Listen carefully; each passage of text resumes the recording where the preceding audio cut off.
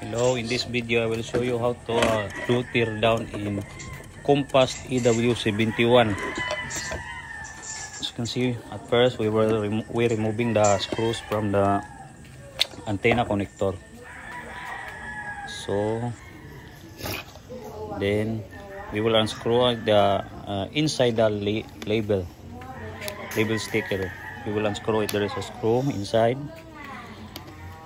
First we must remove the sticker at the back, as you can see. So medyo makunat ang kanyang sticker, pero matatanggal rin naman.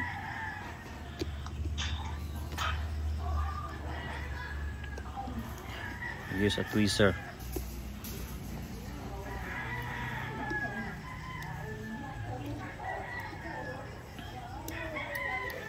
Then we must peel off the sticker. Ito yung sticker. Yan, may screw niya. Huwag niyong itatapon. Don't throw away your stickers, because we will use it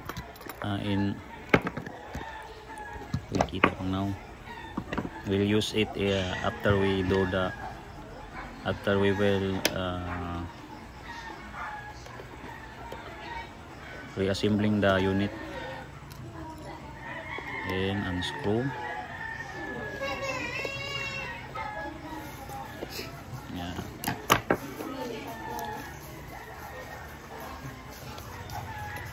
Then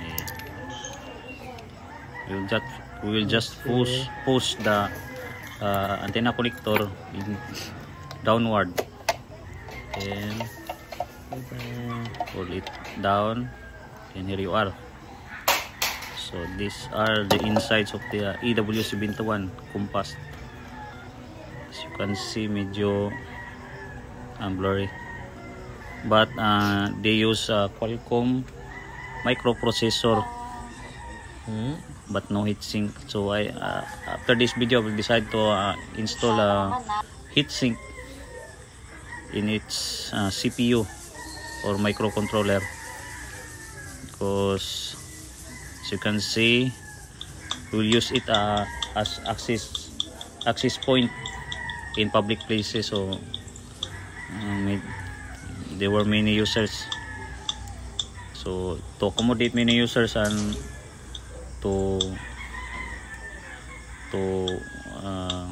so that we will not get damage the CPU, we will put a heatsink after this video. Thank you.